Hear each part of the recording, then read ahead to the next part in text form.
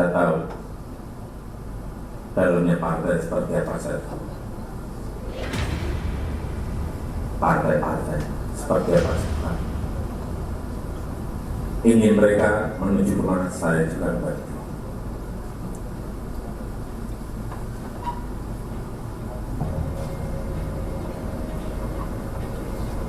Informasi yang saya terima komplit dari intelijen saya ada, dari intelijen di Polri ada, dari intelijen di TNI saya punya Pak Is, dan informasi-informasi di luar itu, angka, data, survei, semuanya ada. Secara mengejutkan, Presiden Jokowi menyatakan tahu semua seluk-beluk isi dalam partai politik, termasuk arah partai politik di dalamnya. Semuanya datang mulai survei, angka dan data partai politik didapatkan Jokowi dari laporan intelijen langsung kepadanya. Pernyataan Jokowi itu mendapat tanggapan dari sejumlah pihak. Ketua Umum Partai Golkar Erlangga Hartarto mengatakan semua itu sudah dipahami berdasarkan data. Sudah berdasarkan data, semua sudah paham. Sudah paham gimana nih Pak? Paham masa depan. Paham masa depan. Oke, siap. Politisi PD Perjuangan Masinton Pasaribu juga berpendapat pernyataan Jokowi adalah hal wajar sebagai presiden mendapat data rahasia dari intelijen.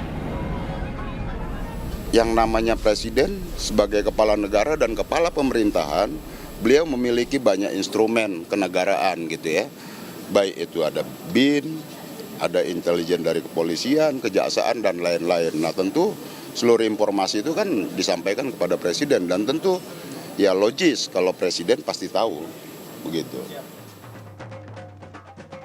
Namun meski dianggap wajar, PKS justru mempertanyakan alasan Jokowi menyampaikan hal tersebut di hadapan publik. Atau informasi eksklusif terkait dengan survei ya sangat wajar, namanya presiden, kepala negara, kepala pemerintahan. Kalau nggak paham malah itu yang jadi aneh. Pertanyaan mungkin kenapa presiden mengungkapkan hal ini di publik. Sementara itu, Menko Polhukam Mahfud MD menyatakan, sebagai presiden, Jokowi mengetahui informasi intelijen terkait apapun termasuk data intelijen kondisi internal partai. Dan hal itu tidak berkaitan dengan pemilu 2024.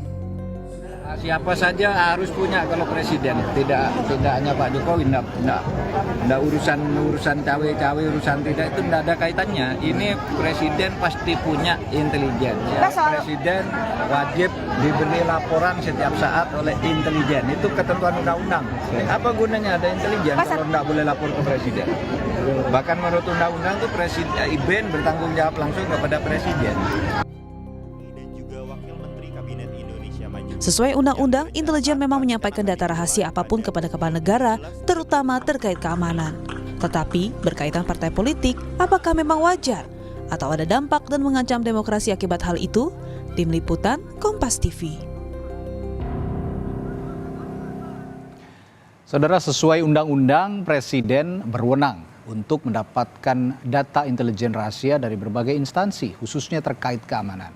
Tetapi pernyataan Jokowi yang menyatakan bahwa ia punya data intelijen partai politik ini saat ini jadi sorotan publik.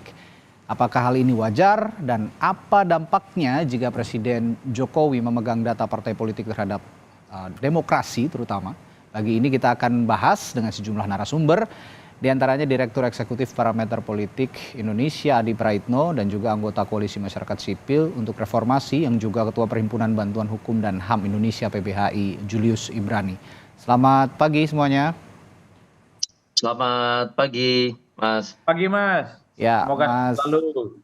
Baik, Mas Julius, Mas Adi, ini juga pagi hari ini sebagai informasi kami juga terus berupaya untuk mengetahui apa sebenarnya dasar dari Presiden Joko Widodo mengungkap bahwa dirinya punya data intelijen soal partai politik. Tapi belum ada yang bisa bergabung. Semoga dalam perjalanan perbincangan kita nanti ada yang bisa bergabung. Saya akan ke Mas Julius dulu sebagai Koalisi Masyarakat Sipil yang menyatakan bahwa hal ini mengancam demokrasi. Pandangan Anda secara khusus soal ini, Mas Julius? Ya, pertama partai politik itu adalah satu-satunya kanal untuk hak politik warga negara, ini hak asasi manusia yang harusnya itu independen, ya, tidak tersentuh sedikit pun oleh negara, gitu. Karena ini ruang-ruang yang sifatnya private, ya. Kita nyoblos saja itu tidak boleh diketahui orang sama sekali, tidak boleh diketahui panitia. Nah, apa yang kita coblos itu merupakan perwujudan nyata dari dapurnya partai politik. Jadi saya pikir fungsi intelijen, ya, berdasarkan Undang-Undang Intelijen nomor 17 tahun 2011 tidak masuk ke ruang-ruang private ini. Karena baik parpol, dapurnya parpol, strategi parpol itu bukanlah objek dari intelijen negara, karena dia bukan ancaman terhadap eksistensi dan kondisi negara kita dalam konteks keamanan negara. Ini tidak seperti terorisme, tidak seperti serangan dari negara lain, tidak seperti belligerent atau insurgents yang kemudian memerdekakan diri. Ini tidak masuk ke dalam objek itu. Jadi jangan sampai kita kembali ke masa lalu, kembali ke rezim Orde Baru, di mana satu pemimpin negara menguasai keseluruhan wilayah, baik publik maupun private di Indonesia. Yang tujuannya apa? Tujuannya adalah menjadikan negara ini negara maksat, gitu. Negara yang kemudian, negara yang penuh dengan ancaman, negara yang penuh ketakutan, sehingga kita hanya bisa berpangku tangan pada satu jabatan politik, yaitu presiden. Nah, ini situasi di mana demokrasi itu sudah tidak ada lagi. Gitu. Demokrasi tidak bisa kita lihat, dan pemilu hanya sekedar seremonialisasi saja, gitu Mas. Jadi menurut Anda Presiden tidak seharusnya punya data internal soal partai politik? Hal itu dilarang secara tegas oleh Undang-Undang nomor 17 tahun 2011. Karena partai politik dan isinya bukan merupakan objek terhadap ancaman keamanan negara. Jelas ada undang-undangnya ya?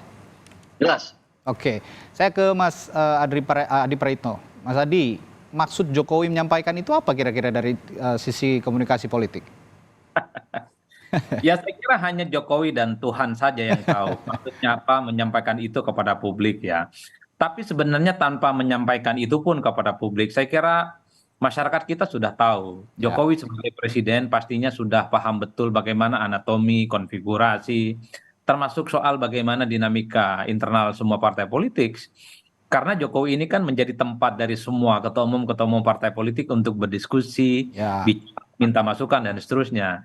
Yang menjadi ramai itu karena memang ada footnote-nya. Footnote-nya misalnya infonya ada dari intelijen ya. Padahal Jokowi kan ada kalimat selanjutnya, misalnya dari lembaga survei dan dari yang lainnya. Yang saya sebut dari yang lainnya ini pastinya yang disebut oleh Jokowi itu adalah ketika partai politik itu memberikan bagaimana informasi-informasi yang terkait dengan peta politik di internal partai, Mas.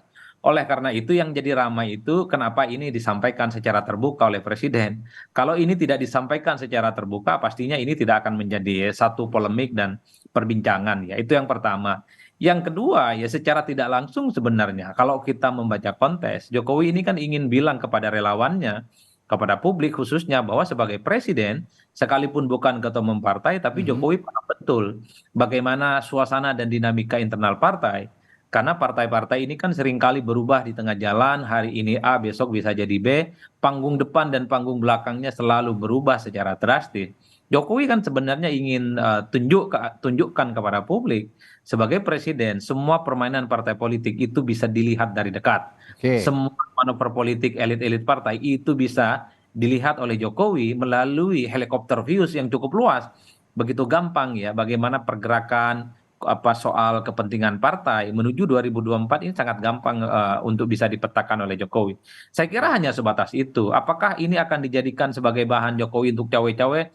Saya kira tidak sesederhana itu. Kalau Jokowi misalnya bisa cawe-cawe terkait dengan Pilpres 2024 ya, saya kira misalnya pemilu itu bisa dipercepat. Pemilu itu misalnya hanya diikuti oleh 2 poros ataupun satu poros.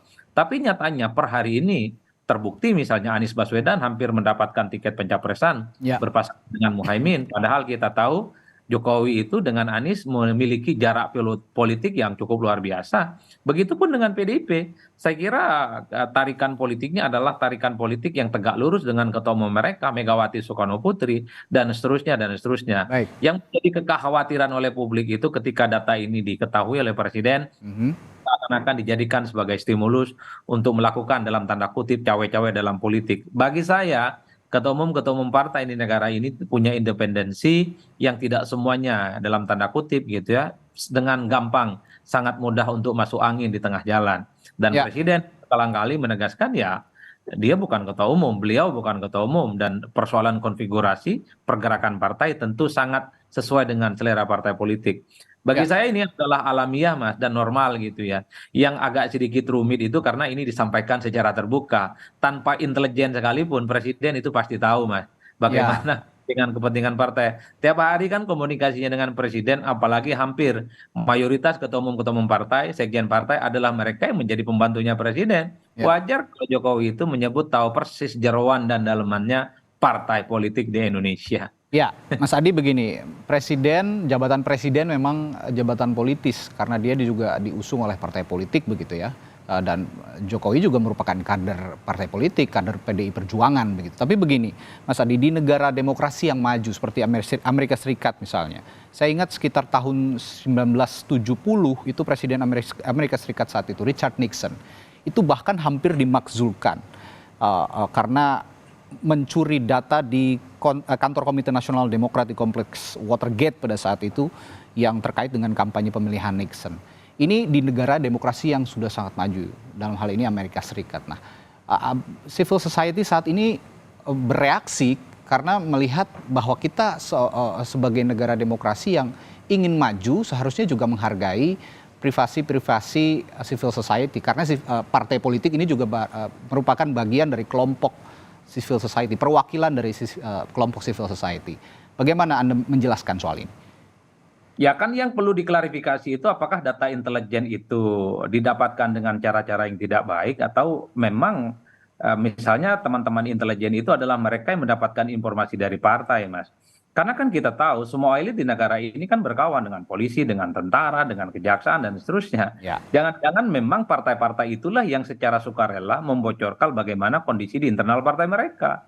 Dan itu juga sampai kepada presiden. Karena apapun presiden ini adalah makhluk politik yang semua informasi ya terkait dengan apapun di negara ini, terkait dengan pilpres pasti disampaikan secara terbuka. Oleh karena itu, sekalipun Indonesia itu adalah negara demokratis, kalau kita membaca rata-rata elit-elit partai di negara ini pasti mereka itu punya hubungan yang cukup baik karena mutual understanding kan dengan sejumlah instrumen-instrumen negara. Saya membayangkan kalaupun toh ada informasi intelijen kira-kira begitu, informasinya itu justru datang dari partai, Mas. Partailah yang kemudian membocorkan bagaimana situasi di internal mereka. Bukan karena misalnya ini ada upaya-upaya dengan cara-cara yang tidak baik mendapatkan informasi di internal partai. Bisa ditanyakan ke semua partai politik di negara ini. Mana ada di antara elit mereka itu yang tidak punya hubungan baik dengan kejaksaan, dengan kepolisian, dengan tentara, dan seterusnya, dan seterusnya. Mereka hampir membicarakan soal bagaimana kepentingan partainya itu kepada instrumen-instrumen negara ini, Mas. Oke. Saya kembali ke Mas Julius. Sebagai Yes. perwakilan masyarakat sipil, Anda mengutarakan sangat khawatir sebenarnya dengan isu ini, dengan pernyataan Presiden Jokowi ini. Nah, yang jadi pertanyaan sebenarnya seberapa bahaya terhadap intervensi Presiden pada parpol ini, terhadap juga dampaknya kepada masyarakat sipil sebagai juga bagian dari komunitas yang juga nanti memilih partai-partai politik begitu di pemilu. Ya, ini pertama saya mau merespon dulu apa yang disampaikan oleh Bung Adi. Baik, silakan. Berbahaya sekali jika kita tidak melihat konteks sejarah sama sekali. Ya, bersikap historis itu juga membuat kita tidak tahu arah jalan ke depan itu seperti apa. Pertama, kita pernah mengalami 32 tahun masa kepemimpinan Presiden Soeharto ketika itu selaku pemegang kekuasaan tunggal, bahkan di atas MPR. Dia memiliki seluruh data dan dikenal dengan Kings of Surveillance. Jadi sampai ada bercandaannya waktu itu apa yang terjadi di pangkalan ojek, di warung kopi, Pak Soeharto tahu semuanya. Nah, yang mau saya tegaskan di sini adalah satu, ya jabatan presiden itu tidak bisa kemudian serta-merta menggunakan instansi negara, instansi intelijen negara untuk keperluan di luar undang-undang karena presiden adalah eksekutor pelaksana undang-undang. Nah, kalau kita bicara dengan intelijen, bicara tentang intelijen, maka ada Undang-Undang Intelijen Negara nomor 17 tahun 2011 yang tegas menyatakan bahwa partai politik bukan objek. Pemimpin partai politik bukan subjek karena bukan merupakan ancaman terhadap keamanan negara. Itu satu. Yang kedua adalah kita juga jangan lupa Di rezim pemerintahan Joko Widodo selama 2 periode ini terjadi banyak gunjang-ganjing partai, saling gugat ginugat, pergantian kepengurusan, lalu ada double kepengurusan dan segala macamnya. Dan kita juga jangan lupa, Presiden Joko Widodo pernah mengatakan bahwa dia cawe-cawe. Cawe-cawe itu penting untuk kepentingan ke depan. Pertanyaannya yang mengetahui cawe-cawe itu siapa? Pertanyaannya apakah kepentingan ke depannya dikomunikasikan dengan konstituennya yaitu rakyat Indonesia? Kan tidak. Nah, dua level ini yang kemudian membuat pemantauan atau surveillance terhadap partai politik ini juga menjadi ancaman bagi masyarakat, bagi demokrasi, gitu. Karena masyarakatnya sendiri saja tidak tahu itu dipantau untuk apa. Bukan untuk kebijakan negara juga yang dihadapi masyarakat saat ini juga banyak problem. Pertanahan, proyek strategis nasional, dan yang lain. Kenapa tidak itu yang dipantau? Baik. Gitu. Ya, katakanlah rahasia-rahasia partai politik ini sebenarnya sudah lumrah diketahui presiden. Tapi dalam konteks ini, Mas Julius ingin menjelaskan bahwa ada undang-undang yang mengatur ini dan jangan sampai presiden melanggar undang-undang itu sendiri, begitu, undang-undang intelijen, begitu ya. Nah, ngomong-ngomong soal partai politik, sudah ada orang partai politiknya nih yang gabung pagi hari ini di Sapa Indonesia Pagi. Ada Bung Deddy Sitorus dari Partai Demokrasi Indonesia Perjuangan. Selamat pagi, Bung Deddy. Selamat pagi, Bung Deddy. Sepertinya masih di mute Zoom-nya. Iya, Mas Radi, selamat pagi. Selamat pagi. Ya. Nah, ini tadi kita sudah bahas dengan Mas Julius juga Mas Adi soal dugaan intervensi presiden kepada partai politik dengan pernyataannya begitu yang kemarin diutarakan ya. Soal saya tahu semua dalamannya partai politik. Nah, Anda sendiri sebagai orang partai politik, Bung Deddy, nggak khawatir begitu jika partai Anda informasinya diobok-obok sama presiden? Ya, pertama saya tidak paham persis ya konteks utuh pernyataan presiden itu. Oke. Sehingga kan sulit juga memberikan pendapat pada sesuatu yang teks dan konteksnya kita tidak pahami secara utuh ya. Oke. Apa yang ada di media itu kan merupakan penggalan yang kita sulit menilai dalam situasi dan tujuan apa, latar belakang apa sebenarnya presiden mengucapkan itu satu hal dulu ya. Oke. Jadi sebenarnya kita mengomentari hal yang nggak jelas nih kalau menurut saya. Yang kedua, ada dua hal. Pertama, apakah presiden menyatakan itu dalam konteks menunjukkan bahwa beliau secara aktif ya melakukan pengawasan, melakukan pemantauan terhadap partai-partai politik, terhadap tokoh-tokoh politik, terhadap internal partai politik. Jika itu iya dilakukan betul, ya, saya kira itu sesuatu hal yang sangat tidak pantas, gitu ya. Oke. Karena apa? Karena tadi sudah disampaikan Bung Julius, sebenarnya sebagian saya setuju, karena itu bukan merupakan sesuatu yang positif bagi demokrasi ya.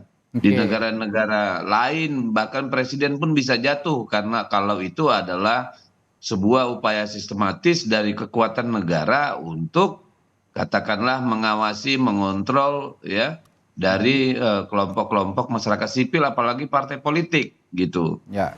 Jadi itu satu pandangan ya. Yang kedua, kalau itu merupakan sesuatu yang datang seperti apa yang dikatakan oleh Bung Adi tadi. Ya.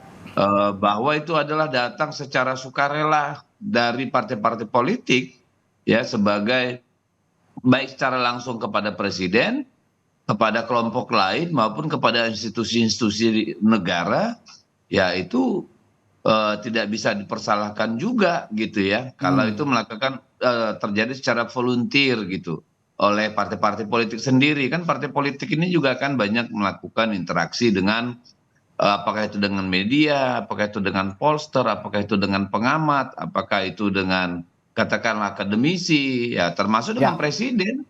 Banyak partai politik yang dikit-dikit presiden gitu. Yang kita juga nggak tahu kan. Ya. Ya itu saya kira juga harus kita cermati gitu loh. Ya. Nah jadi saya kira yang ketiga saya ingin mengatakan bahwa sebenarnya soal masa depan Indonesia itu ada partai-partai politik, ada rakyat Indonesia yang sebenarnya menjadi penentu gitu, di samping takdir ilahi gitu. Bapak Presiden dengan menyampaikan betapa pentingnya pemimpin seperti ini itu sudah cukup menurut saya, karena itu bukan tugas Presiden lagi. Beliau sudah diberikan 10 tahun untuk menetapkan, membuat landasan-landasan yang berguna bagi arah pembangunan maupun pijakan pembangunan bangsa ini ke depan. Jadi jangan juga terlalu jauh nih. Ini kalau kita, tapi saya dengan catatan bahwa saya tidak secara utuh loh memahami gitu ya, apa yang disampaikan Presiden. Nah, tapi yang paling penting kalau menurut saya ya, bahwa negara dalam hal ini diwakili oleh Presiden maupun lembaga-lembaga yang punya kewenangan atau diberi tugas dalam hal keamanan, pemantauan gitu ya, itu memang tidak boleh gitu ya, tidak boleh secara langsung melakukan pengawasan terhadap partai-partai politik itu. Ya, jadi ada undang-undang, undang-undang intelijen dan sebagainya. Karena kedaulatan partai politik itu dijamin oleh undang-undang, dijamin oleh konstitusi kita.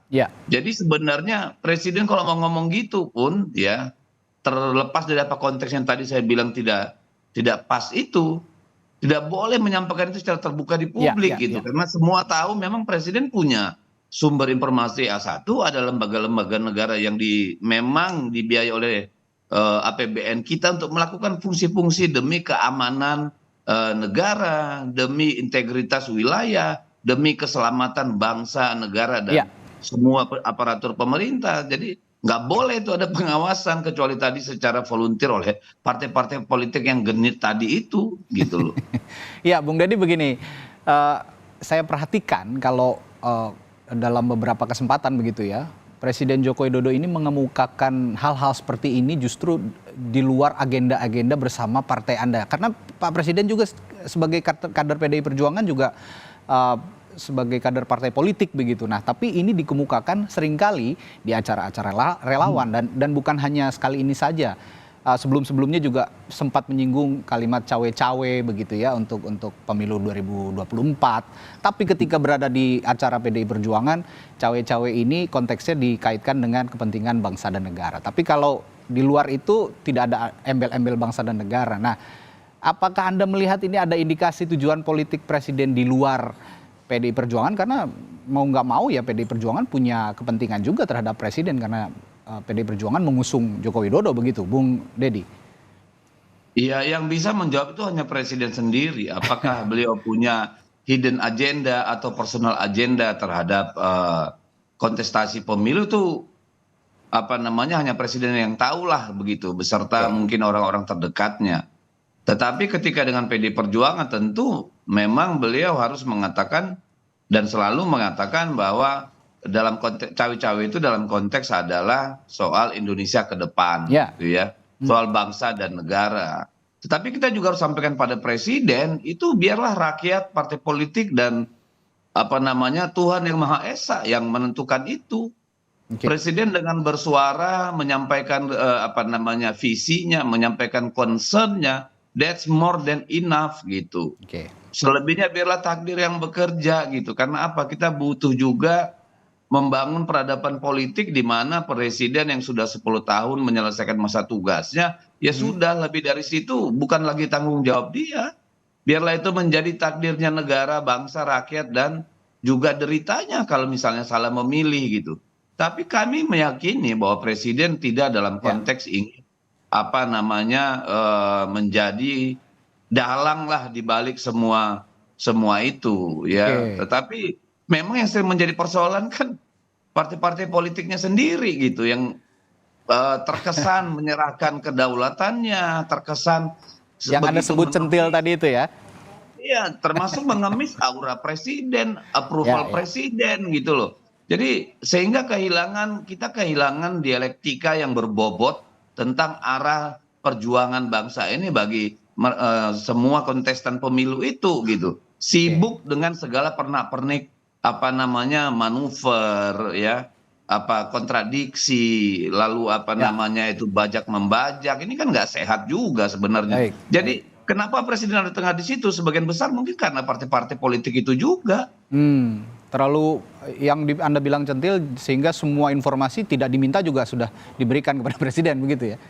Ya mungkin termasuk meminta Arahan presiden meminta, untuk ya berikutnya. mungkin meminta sebagian dari kekuasaannya atau dukungannya gitu loh.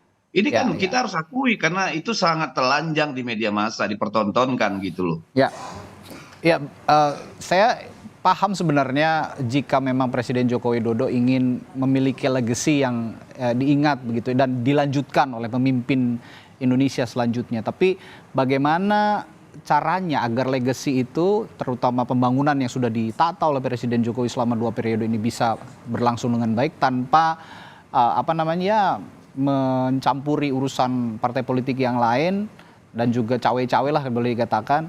Bagaimana agar masa transisi peralihan kepemimpinan ini bisa smooth tanpa mendrive perangkat-perangkat intelijen. Kami akan secara khusus bahas ini juga setelah jeda di Sapa Indonesia Pagi bersama sejumlah narasumber kami. Tetaplah bersama kami. Sebelum jeda tadi saya sempat menyinggung soal legacy atau keberlangsungan program-program pemerintahan juga yang saat ini sedang dicoba untuk diestafetkan Presiden Jokowi kepada calon pemimpin Indonesia selanjutnya. Tapi bagaimanakah estafet kepemimpinan ini bisa berjalan smooth, bisa berjalan lancar tanpa menggunakan perangkat-perangkat intelijen, perangkat-perangkat negara yang dimanfaatkan Presiden untuk boleh dikatakan kepentingan sendiri yang dalam hal ini legacy untuk melanjutkan kepemimpinan Pak Jokowi ke pemimpinan selanjutnya begitu. Nah, saya akan tanyakan ini ke Mas Adi Praitno sebagai analis komunikasi politik juga begitu. Komunikasi seperti apa yang harusnya dijalin oleh Presiden tanpa harus menggunakan perangkat-perangkat negara begitu? Ya, secara prinsip menurut saya Presiden itu cukup mengantarkan bagaimana pemilu di 2024 itu berlangsung jujur, aman, adil, dan kompetitif ya Mas. Karena apapun judulnya, siapapun yang bertanding nanti adalah mereka yang saya kira adalah potret yang terbaik menjadi bagian dari anak bangsa saat ini. Anies Baswedan, Ganjar Pranowo, dan Prabowo Subianto yang saya kira secara alamiah sudah mendapatkan seleksi politik minimal sampai hari ini. Ketiga nama ini adalah potensial untuk menjadi kandidat capres di 2024. Yang kedua, kalau kita membaca rata-rata secara umum, Ganjar, Prabowo Subianto, dan Anies adalah mereka yang tidak secara konfrontatif akan menghilangkan semua legasi yang sudah dibuat oleh Jokowi. Apalagi misalnya Anies ini bersandingan dengan Muhaimin Iskandar yang kita tahu merupakan ketua umum partai politik yang memang sejak awal menyatakan sami'na wa ta'na, tegak lurus, bahkan sering berkomunikasi politik dengan Jokowi. Oleh karena itu saya membayangkan Jokowi misalnya seperti Pak Habibie, ada perangkat-perangkat pemilu yang kemudian memang netral, profesional, tidak terlampau berpikir siapa yang harus presiden di 2024, sehingga setelah tak lagi jadi presiden, itu namanya harum dan tidak dikaitkan dengan urusan cawe-cawe. Itu adalah satu-satunya legacy yang menurut saya harus dipikirkan betul oleh Pak Jokowi. Kalau Ganjar Pranowo yang jadi presiden, kira-kira begitu, saya kira ini adalah satu partai dengan Jokowi. Kalau Prabowo misalnya jadi presiden, ini adalah Menhan, sekalipun mantan rivalnya 2 kali dalam Pilpres. Kalau yang jadi presiden adalah Anies, adalah mereka yang saya kira Anies juga adalah mantan tim suksesnya Jokowi dulu waktu 2014 yang lalu. Ini adalah orang-orang terbaik yang saya kira sudah mendapatkan seleksi secara alamiah melalui partai ya. Nah, yang paling penting soal bagaimana tema diskusi kita hari ini. Kalau bayangan kita ini kan sebenarnya langsung mengacu pada peristiwa politik 32 tahun yang lalu, Mas. Ketika misalnya intelijen itu digunakan sebagai instrumen politik ya untuk mengintervensi, untuk mengawasi kebebasan partai dan civil society. Kalau itu yang terjadi tentu ini memang tidak boleh dan itu melanggar undang-undang yang sudah ada ya. Tapi itu tadi Mas, kita tahu bahwa hampir mayoritas dari menterinya Jokowi ya, baik ketua umum ataupun sekjen partai, itu adalah mereka yang saat ini bahkan beberapa waktu yang lalu adalah mereka yang jadi menterinya Jokowi. Jadi wajar sebenarnya kalau data intelijen itu tanpa diminta oleh Jokowi, partai-partailah yang kemudian mengumbar itu semua kepada presiden. Apalagi ada poros politik tertentu selalu mengatakan kita ini berada dalam satu tarikan napas dan orkestrasi politik Jokowi. Itu kan secara tidak langsung kan tidak perlu disebutkan data intelijen, itu data internal partai yang yang diumbar aurat politiknya kepada presiden. Cuman ini yang perlu saya sampaikan, mestinya Pak Presiden tidak perlu menyampaikan ini kepada publik. Semua orang tahu, tidak perlu ahli untuk memahami bahwa presiden itu tahu segala-galanya, Mas. Apalagi urusan partai. Yang menjadi ramai ini seakan-akan ini menjadi satu instrumen pesan politik presiden kepada publik bahwa presiden sekalipun bukan ketua umum partai, tapi bisa mengetahui semua kepentingan dan segala dinamika yang ada di partai politik. Oleh karena itu, ini dalam politik Jawa sebenarnya secara tidak langsung Jokowi ingin bilang ke semua orang bahwa kingmaker yang sesungguhnya itu adalah presiden, bukan yang lain. Kan itu pesan politik, Mas. Oleh karena itu, bagi saya sekalipun data dan fakta sudah dimiliki oleh presiden, dalam banyak hal tidak semua partai politik itu bisa diintervensi dan masuk angin di tengah jalan. Kita tahu di partainya Bang Deddy Sitorus ini kan the one and only yang bisa memutuskan soal siapa capres dan cawapres adalah Megawati Soekarno Putri, bukan yang lain. Bahkan dalam banyak hal kita tahu Jokowi sering disebut sebagai petugas partai yang tentu saja itu tidak bisa diintervensi oleh siapapun karena tegak lututnya hanya kepada Megawati. Begitupun di poros politiknya Anies Baswedan. Sangat jelas bahwa yang bisa menentukan poros ini adalah Ketua Umum Nasdem Surya Paloh gitu ya. Kemudian ada Ketua Umum PKB dan ada Ketua Umum PKS tentu saja. Nah, tapi nggak tahu kalau ada poros-poros yang lain yang selalu mengatakan satu tarikan nafas dengan orkestrasi politik. Nah, itu mungkin yang dimaksud, Mas, bukan yang lainnya. Iya, Mas Adi begini, kalau Anda mengatakan tadi tanpa diminta pun sebenarnya ketua umum partai politik yang notabene menteri-menterinya Jokowi sendiri di kabinet sudah menyodorkan data-data itu kepada Jokowi, tapi yang dirugikan sebenarnya bukan ketua-ketua umumnya. Untuk itu saya melihat kader-kadernya dan civil society yang memilih partai politik itu yang akhirnya merasa dirugikan karena kok ibaratnya begini, pilihan saya kok bisa diketahui banyak orang termasuk presiden begitu ya, kok tidak jadi pribadi lagi begitu, terutama kaitannya dengan pemilu presiden. Nah, yang ingin saya tanyakan, jika presiden menyatakan demikian, ini tadi kita berbicara soal legacy, tapi apakah ada bigger purpose dari presiden? Apakah ada beyond legacy dari presiden dengan adanya pernyataan presiden di tengah-tengah publik itu, Mas Adi? Ya sederhana itu tadi, Mas, bahwa presiden ini sekalipun bukan ketua umum partai, tapi adalah yang terkonfirmasi sebagai sosok yang bisa melihat pertandingan Pilpres 2024 itu dari dekat melalui helikopter view yang cukup luar biasa, bahwa partai politik yang seringkali bermanuver, iman politiknya berubah, panggung depan, panggung belakangnya seringkali mendadak berubah di tengah jalan, itu adalah satu tarikan nafas yang tentu saja pastinya presiden itu mengetahui secara gamblang dan transparan. Ini kan pesan-pesan politik yang secara transparan yang sebenarnya ingin disampaikan kepada publik. Tapi bagi saya siapapun yang menjadi pembisik, yang memberikan input kepada presiden, soal data-data intelijen ini mestinya tidak disampaikan kepada publik, Mas. Baik. Tanpa disampaikan sekalipun ya, saya kira semua orang sudah tahu. Baik. Atau jangan-jangan yang dimaksud dengan data intelijen itu adalah data intelijen swasta, bukan data intelijen negeri. Kalau data intelijen swasta bisa dari mana aja, bisa dari tukang ojek, bisa dari partai politik, dari LSM, dari konsultan, dari lembaga-lembaga survei yang selama ini memang cukup dekat dengan pemerintah gitu ya. Ya, ke Mas Julius. Mas Julius, pertanyaan yang sama. Apakah ini beyond legacy menurut Anda? Ya jelas tidak ya, maksudnya begini ya, setiap presiden pasti ada program yang baik dan ada yang buruk yang perlu mendapatkan catatan dari banyak pihak. Dan ada ruang terbuka untuk mendiskusikan hal itu antara konstituennya, masyarakat, lalu partai politik dan juga calon-calon presiden yang diusungnya. Nah, ini ruang terbuka. Hal ini berbeda dengan asas yang dianut oleh intelijen negara gitu. Asasnya dia adalah kerahasiaan, ruangnya dia adalah ruang hampa. Nah, bayangkan diskursus soal legacy, diskursus soal program yang ingin dilanjutkan, yang harusnya dievaluasi, dari ruang terbuka dibawa ke ruang hampa. Nah, ini yang saya katakan, ini menjadi bukan beyond legacy lagi. Ini sudah merusak apa yang menjadi legacy yang baik dan sudah kami masyarakat sipil evaluasi di zaman Orde Baru gitu. Kan saya katakan tadi, kalau memang dia ingin menunjukkan bahwa tanpa perlu partai politik, saya memiliki kekuasaan dan kewenangan. Loh, ini yang terjadi di Orde Baru kemarin itu. Harusnya yang dia lakukan adalah perkuat partai politik sebagai kanal hak asasi politik masyarakat, warga negara. perkuat diskusi, lakukan secara terbuka dan paksa partai politik melalui usulan undang-undang, melalui ruang diskusi yang lain agar bisa berkomunikasi secara terstruktur dengan masyarakat. Bukan kemudian dia ingin meninggalkan legasinya dengan cara setting up the system of politics.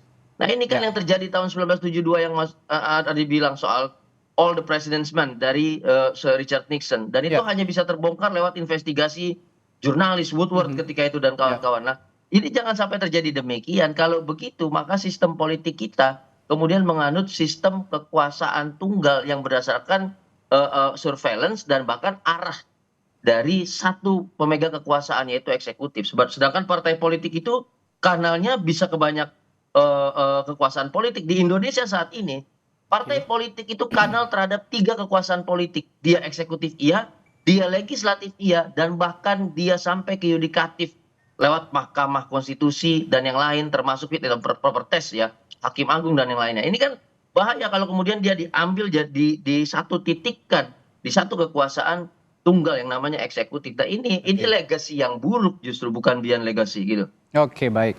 Nah, ke Bung Deddy, Anda juga kan sebagai wakil rakyat begitu ya posisinya. Dan koalisi masyarakat sipil juga informasinya saya dengar mendorong juga untuk agar DPR bisa mengonfirmasi hal ini kepada Presiden. Nah, Anda sendiri sebagai wakil rakyat dan juga orang yang satu partai lah dengan Presiden begitu, ada nanti upaya untuk konfirmasi ke Presiden nggak kira-kira untuk apa sih sebenarnya maksud hal ini dan komunikasi yang dijalin lebih baik lagi seperti apa nanti? Saya belum tahu ya, apakah nanti pimpinan partai akan mengkonfirmasi hal ini terhadap Presiden. Ya. Tetapi intuisi saya mengatakan tidak gitu, karena sudah terlalu sering Pak Jokowi melakukan hal-hal yang cuma dia sendiri tahu kenapa gitu ya. Dan kita sering juga melihat bahwa beliau suka sekali gitu ya menunjukkan bahwa gini loh. Sebenarnya tanpa Presiden bilang saya tahu semua, dia tahu semua kok, semua orang tahu gitu kan.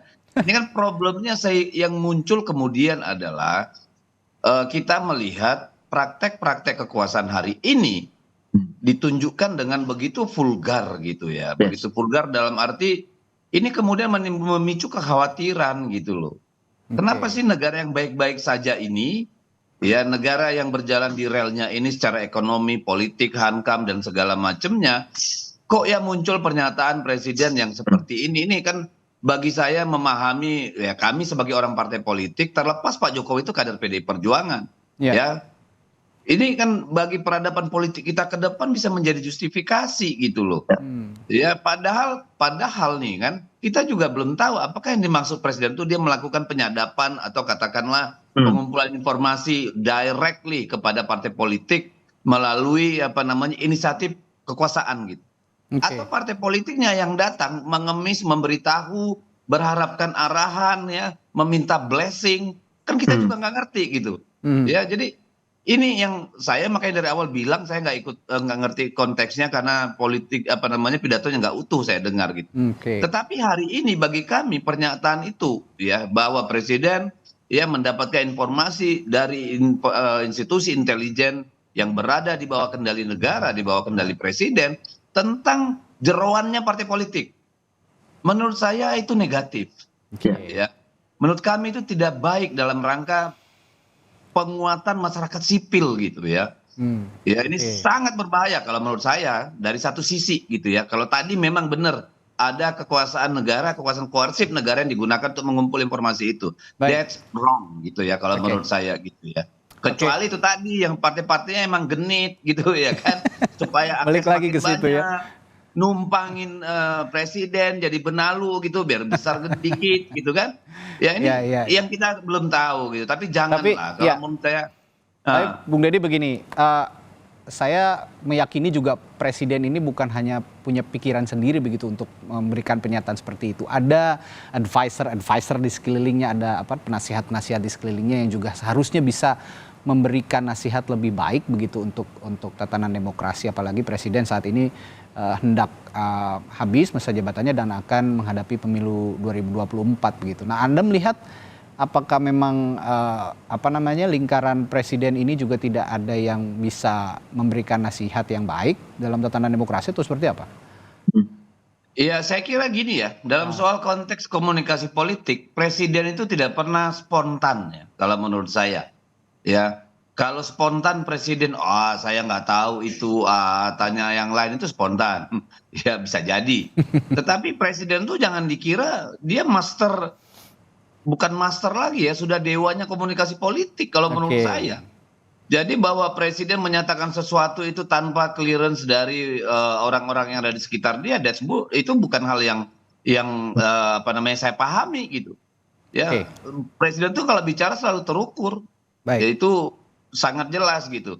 Nah ini juga kita khawatirkan karena di publik juga banyak. Jadi gini, tadi saya awal bilang begini. Pemilu selanjutnya, siapapun presiden selanjutnya, pemimpin selanjutnya, serahkanlah pada mekanisme demokrasi. Serahkanlah pada takdir ilahi, pada rakyat dan partai politik. Tugas presiden sudah cukup meyakinkan bahwa ini akan terjadi proses demokrasi yang jurdil gitu ya. Yang bermanfaat buat kita ke depan. Tidak usahlah menggunakan kekuasaan atau terlalu mengentertain para kontestan politik sehingga membawa presiden dalam situasi yang bisa menyebabkan kita meninggalkan peradaban yang jelek bagi bangsa ini gitu aja. Baik. Nah, terakhir singkat untuk Bung Julius dan juga Mas Adi. Bung Julius, agar isu ini tidak berlarut-larut, tidak menjadi kisruh berkepanjangan, begitu apa yang seharusnya dilakukan presiden atau at least dari pihak Istana Kepresidenan begitu, Bung Julius? Yang pasti pertama presiden atau pihak istana harus mengklarifikasi gitu supaya tidak terjadi abuse of power, dan ini menjadi skandal terbesar dalam diskusi demokrasi kita di zaman modern tahun 2023 ini. Yang pertama ya. Yang kedua adalah saya pikir Bang Sitorus juga dan kawan-kawan parlemen ya di DPR RI bisa mempertanyakan secara tegas gitu. Apakah betul presiden ya kekuasaan politik eksekutif memanfaatkan instrumen intelijen negara untuk melakukan pengkondisian ruang-ruang yang seharusnya menjadi ruang independen bagi demokrasi kita, yaitu partai politik. Nah, dua titik ini harus dilakukan dengan jelas supaya masyarakat tenang untuk memilih dan yakin bahwa yang dicoblos nanti bukanlah settingan dari kekuasaan tunggal eksekutif gitu. Baik. Mas Adi, silakan. Pertanyaan yang sama, apa yang harus dilakukan presiden atau Istana Kepresidenan untuk agar isu ini tidak berlarut-larut? Ya, saya kira memang tidak lagi ada informasi yang terkait dengan data-data intelijen yang dipegang oleh presiden ya. Jadi presiden tidak perlu menunjukkan kepada publik sebagai sosok yang cukup powerful, tahu banyak dan bisa melihat pertandingan 2024 itu dari dekat. Ya, semua orang sudah tahu itu, Mas. Oleh karena itu saya khawatir ini justru akan menimbulkan efek ketakutan dari partai politik sehingga semua pergerakan politik mereka itu merasa diawati dan merasa dipantai.